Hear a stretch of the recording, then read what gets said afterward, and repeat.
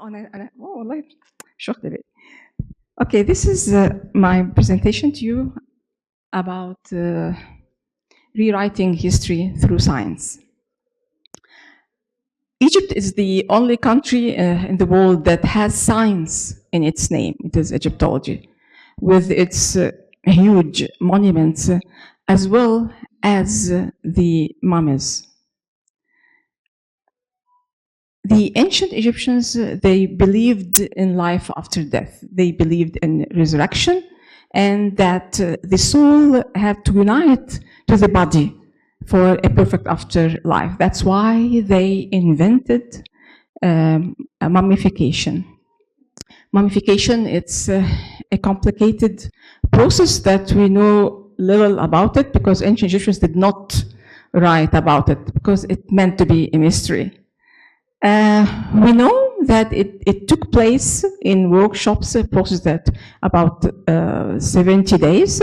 The viscera and the internal organs had to be removed to prevent putrefaction.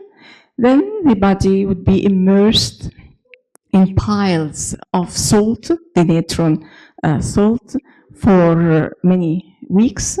Then the body would be treated with material and oils, wrapped with the very fine linen wrappings. The ancient Egyptian would spare his best linen, fine linen, for his life after. Afterwards, the body would be prepared and put in coffin with the mourners and with the belongings of this person would be taken to the tomb, which was meant to be locked for eternity. But unfortunately, this did not happen, as there were several excavations, whether it is smuggling or so, especially in the 19th century, where thousands and thousands of mummies were unearthed, and they were even sold in the mummy market to be purchased by the European and American tourists who carried them home as curiosity.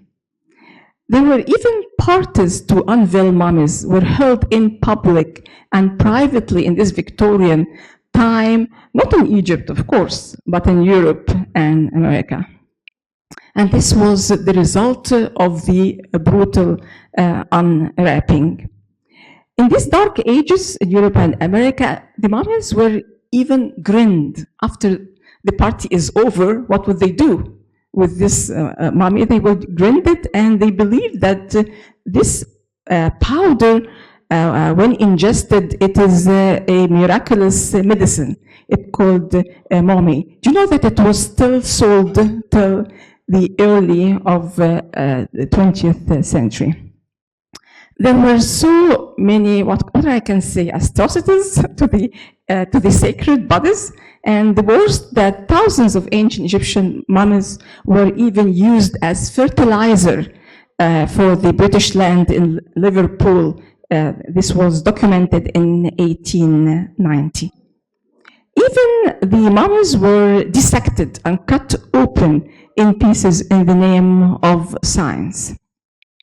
It wasn't until Röntgen discovered this mysterious ray that was projected accidentally to the hand of his wife and revealed the bones, which is for the first time. This was in 1895, and this is the famous hand of Röntgen's wife.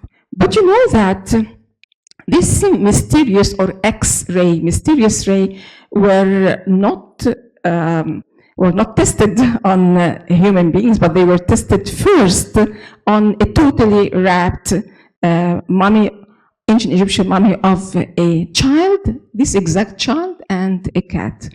And it was just a few months later, in 1896, there were published 14 photographs of these mummies, and for the first time, one could see what was inside the wrapped mummy without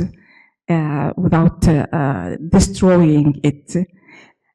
Then this was the birth of paleoradiology.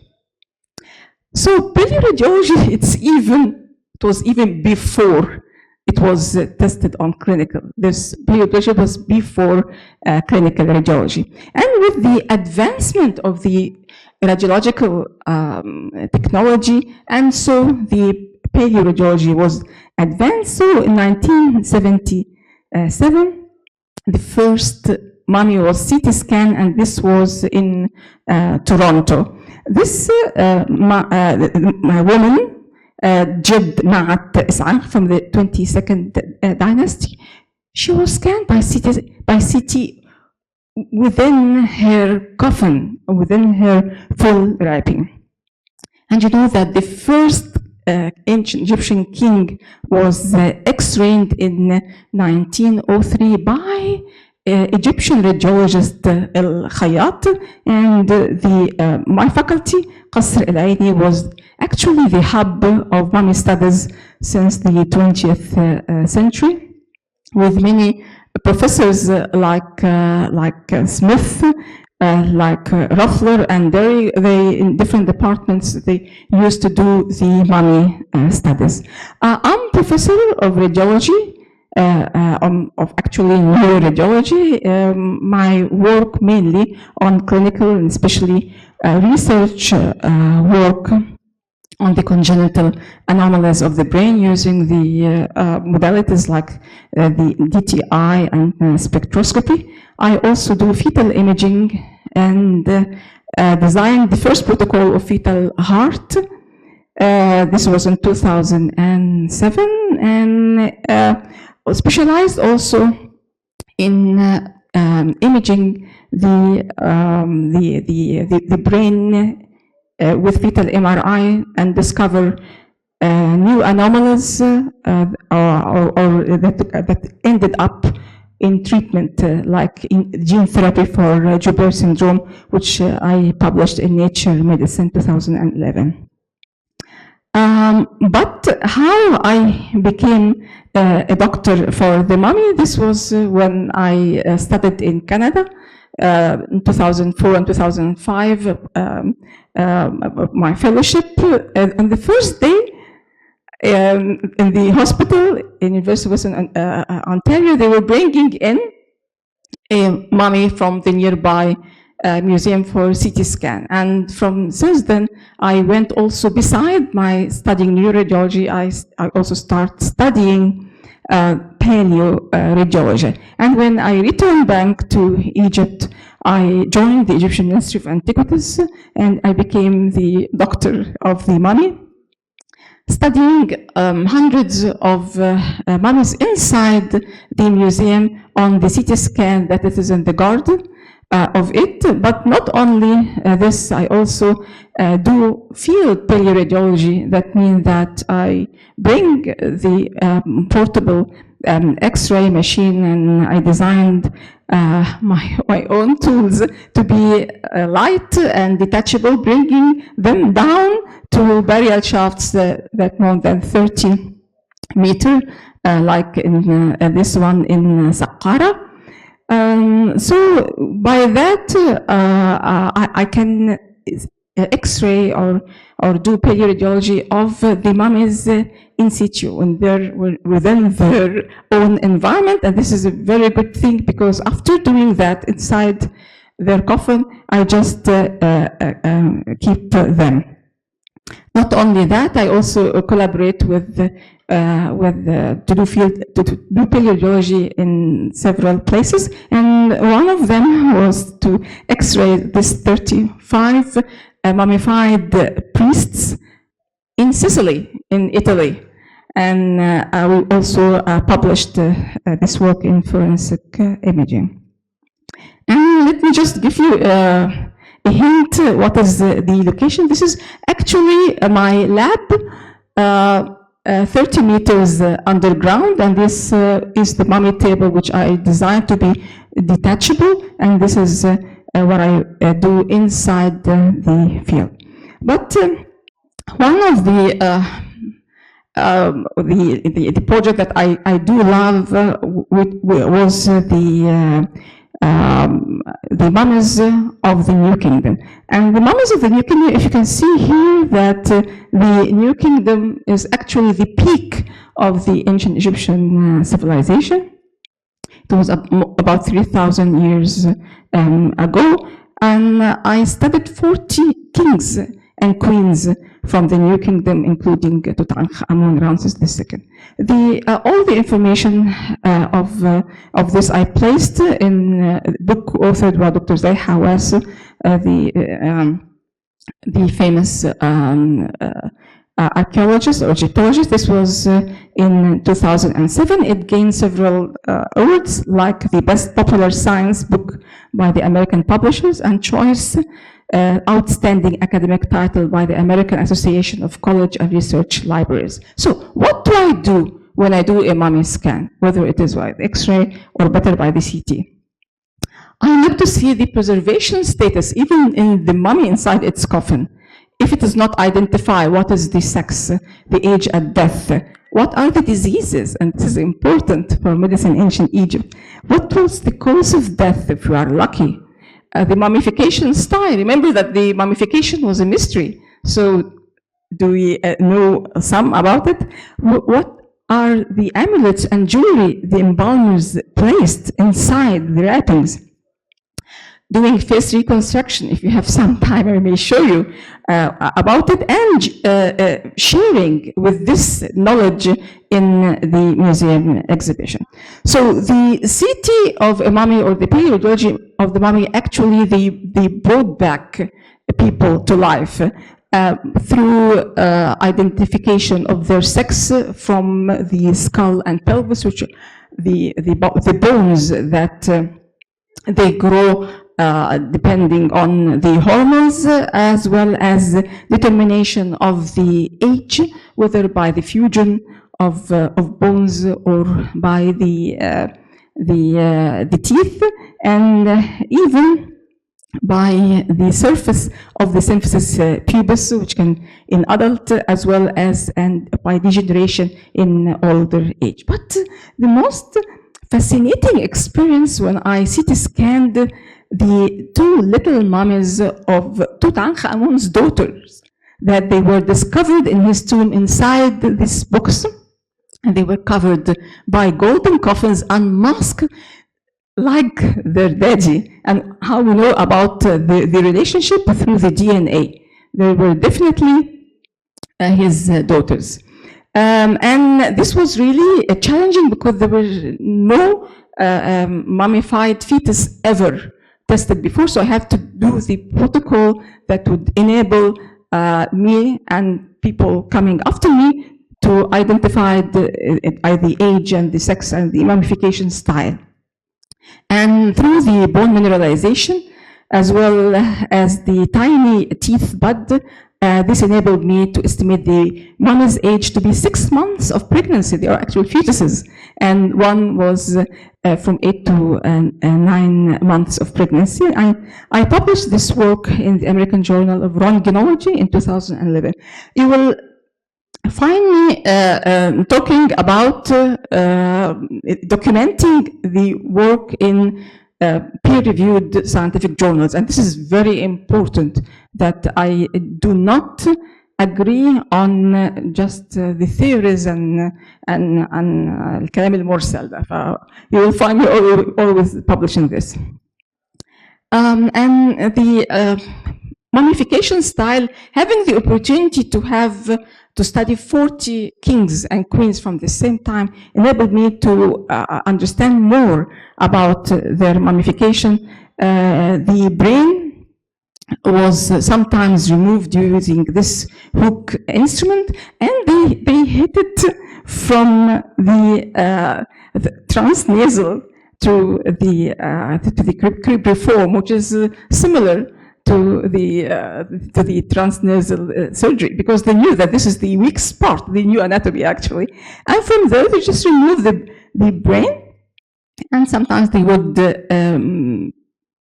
place a material or not. There were a lot of incredible modification of the techniques that the embalmers did with different materials. If here from the beginning of the New Kingdom, King Amenhotep, the brain was still there.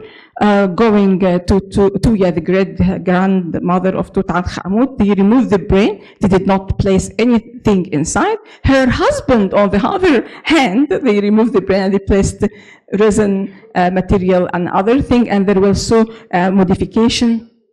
Tutankhamun, for example, Seti the first, Ramses the second, a lot of variation. And of course, I documented this in the American Journal of Radiology in 2013 as the variability of the brain treatment and knowing more information. To prevent putrefaction of the body, the embalmers, they removed the viscera from a small cut in the left flank, which also resembles the minimally invasive surgery. From this small cut, they would remove all the viscera, even the lungs through the diaphragm, except the heart, because they believed that the heart was the house of the soul. So they struggled to leave them. And this is King Ramses III, and if you can see here in the heart, he had what? Coronary atherosclerosis. What did they do with the viscera? Would they discard it? No. Everything is holy. So they would mummify the viscera and place it in jars called the canopic jars.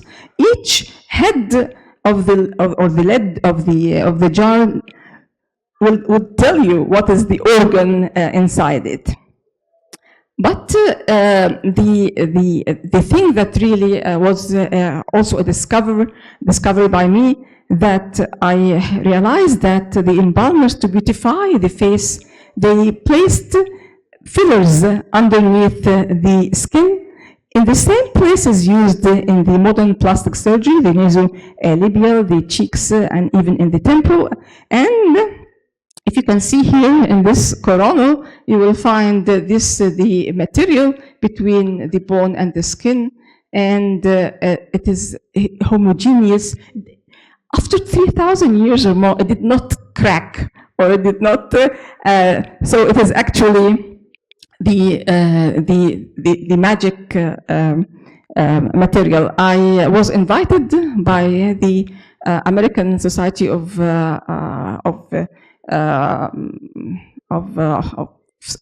plastic surgery, and they invited me after publishing it, and they were amazed by this technique. And this is the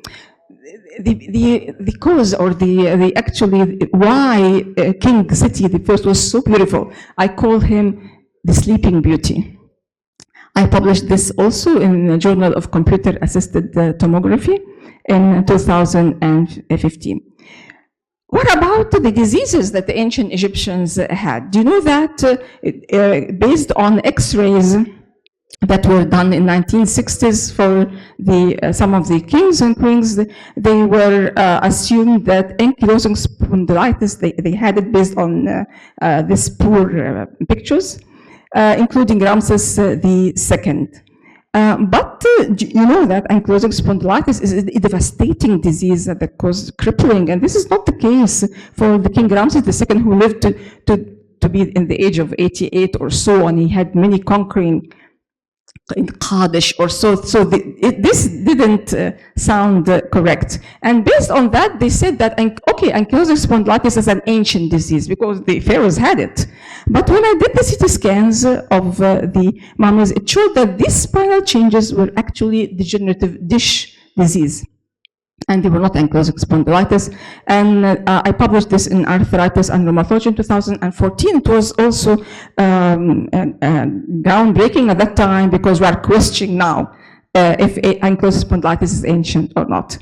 But you know what was ancient diseases? If you remember when I showed you the heart of Ramses III, and I also discovered the earliest documented heart attack in Princess Merit Amun, daughter of Sultan Ratri. She lived more than 3,000 years ago. In her awkward screaming like a posture with tilted head, and even her legs were crossed. This could be, I assume, my theory, that she had atherosclerosis, coronary atherosclerosis,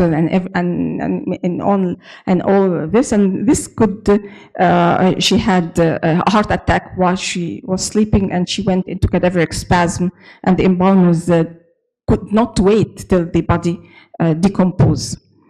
The nice thing that also compared to the Fakrin parties, the unwrapping parties in the Victorian time, now I can do it in virtual unwrapping. When 50 kings and queens were found in the royal cache Deir al-Bahra in 1881, they were brought to the museum, and all they were unwrapped. Another party by the director Maspiro, as well as inviting Khidewi والناس ديت. And he left only one mummy, which is the king of Amenhotep I, and he said that I cannot disturb this beauty, and I thank him very much for that, because this enabled me to do the CT scan and to do the digital unwrapping with the technology, and to see the face of the king for the first time. And not only that, that he was wearing a belt formed of 34 ball made of gold.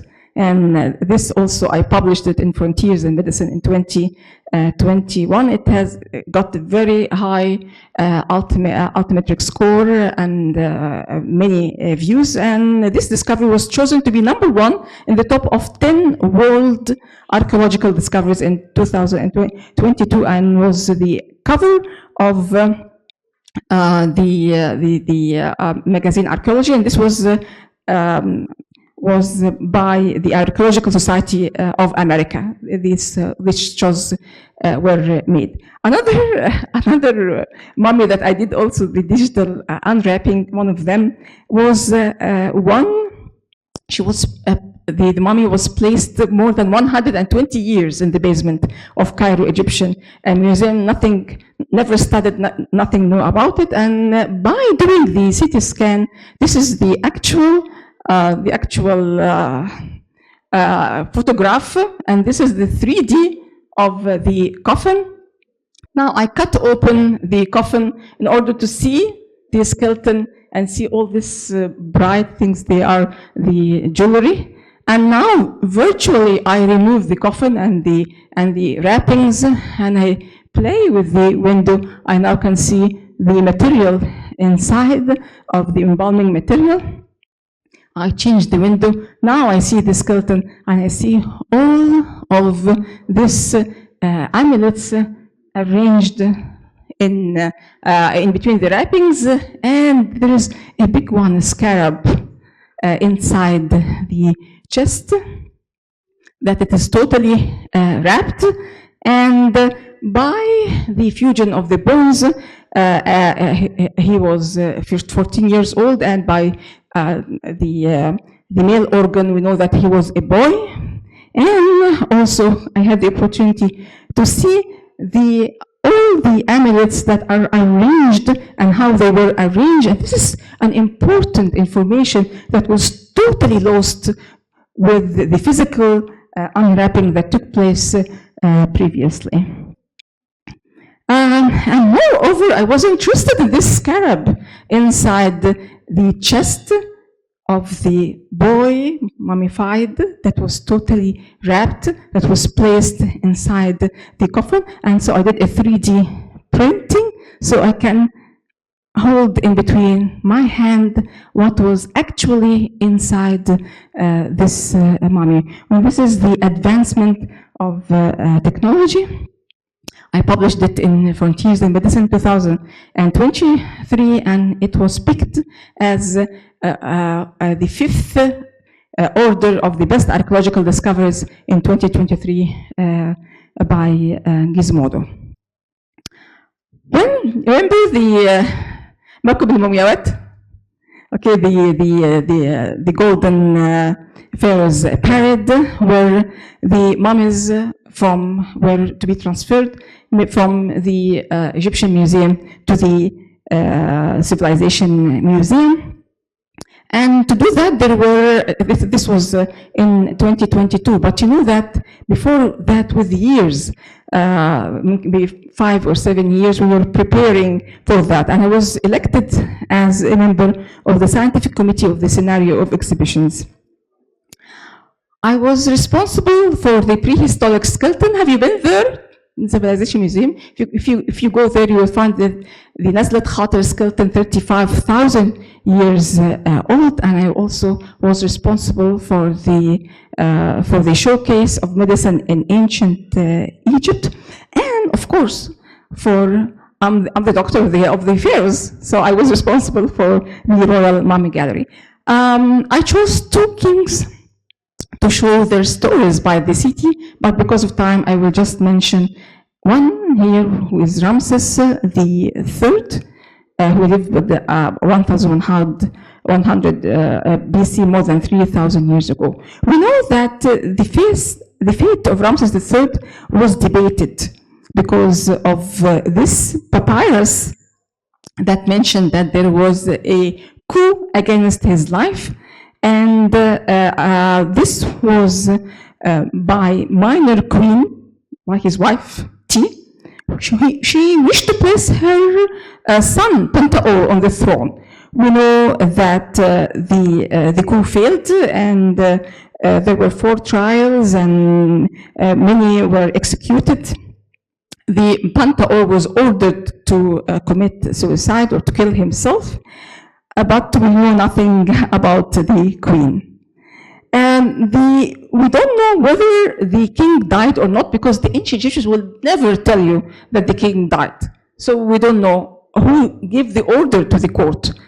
Was he Ramses III himself? And we didn't know about that. But when Maspero, when he was unwrapping the mummy of Ramses III, unlike the other mummies, the wrappings were stuck on the body of the king from the neck downwards. So the body held its secrets for millennia, until I did the CT scan, and I saw that the king was actually had a cut neck that, of course, it cut the trachea and the vessels. And you can see here that it is still covered by the wrappings, and this could be inflicted by a weapon like that, a buckler, from an assailant coming from the back, and also that the big toe, the left big toe, was amputated probably by an axe like this from an assailant from the front.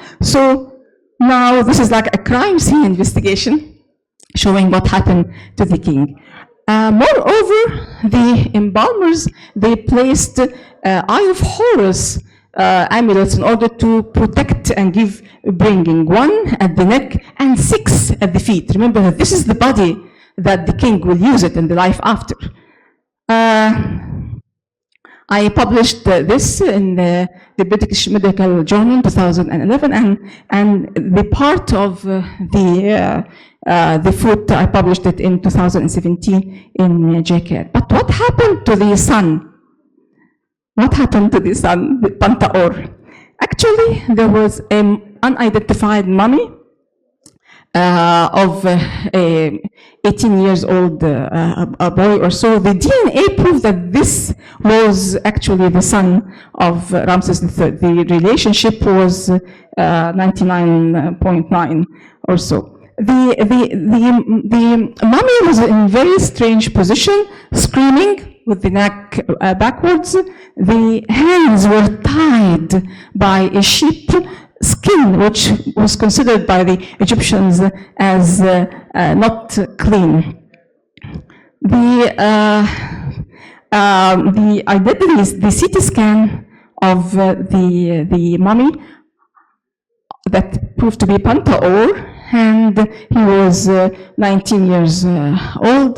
The body was barely mummified, and this what showed him that he was just barely mummified and he was meant to be kept preserved, to have his punishment in the life after, and he likely died in a painful thing. But the fate of Queen T, never known. The ancient Egyptians would never tell you what did they do with the queen. She's still a queen. She's a bad one, but she's still a queen. And after that, I took the CT scans and I placed them beside King Ramses III in the Royal Mummy Gallery in the Civilization Museum. في خلاص كده في حاجة تانية. Would you like? Remember when I told you about the facial reconstruction, that this is the CT? This is an extra or a bonus thing. If you want, if you maybe in the next time, زي ما انت عايز. Oh yes, less. The mummy. The face of the mummy it has all this treatment that we know. We don't know exactly the features or so. They has changed, and this is a really science about that. So I want to give a gift for King Tutankhamun for the 100-year discovery of his tomb. That was in 2022. So in order to do that, I want to give a facial reconstruction based on the CT scan that I did. So I want to do a 3D printing for the skull of the king. But I had a problem that the king Tutankhamun, he had also fillers inside, beneath the skin, subcutaneous packing. And he has also resinous material inside the skull, this material.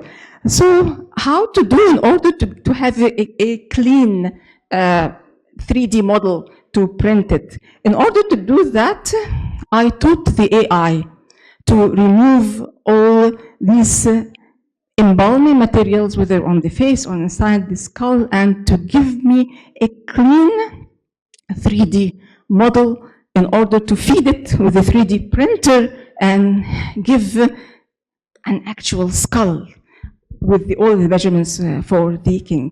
In order to do a scientific work, I teamed with people I worked with from University of Western Ontario, Canada, where I had my studies. Andrew Nelson, anthropologist, paleoanthropologist, and Christian Courbet, who is a sculptor, forensic sculptor. This is like when they find, for example, a skull for unknown person, and they want to know who was this, and they do all the modeling depending on the size. This building the face is actually a scientific work. You know that how people in different races and ethnicities, they differ in the appearance. This difference in the appearance because of the difference in the thickness of the muscles. So that's why in each one of this point, they have standard thickness that is different from one to another. I chose to use the Egyptian measurements that were done on modern Egyptians using ultrasound, and this is better than using it on other ethnicities, like people, they use the German ethnicity or something like international, when they mix all the measurements for people, and this will not give an accurate thing. So I do this, and on the actual skull of the king, we identify the points and put a wedge, and from this wedge, he put something like clay in order to build a muscle by a muscle to give the actual feature of the king, apart from the subcutaneous packing that would modify the thing. So this is the process with the skull, building the muscles in scientific way according to the pigs that are placed, giving the forensic appearance of the king when he was closing his eyes, and then the more detailed showing the features. So this is the process of the facial reconstruction, and this is the forensic model with the main features, but when the king opened his eyes, we give more details about, for example, thickness of the lips, the eyes, the complexion, and so. If you can see here, he looks older, صح? He looks like 30 years or so. Why? Because we kept Christian Courbet, the sculptor, blinded about who he is building this for. So he did not know that he was King Tutankhamun, in order not to be biased by any of this, but he made him a little bit older. You know, Tutankhamun died when he was 19 years, but this looks, but it is the best science that we can get about the king. So this is also something about how the paleoradiology can help and bring back history to life. Thank you very much.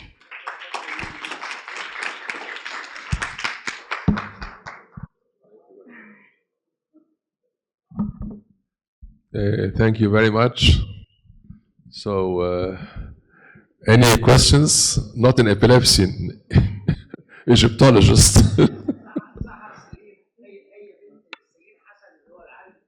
لا لا لا.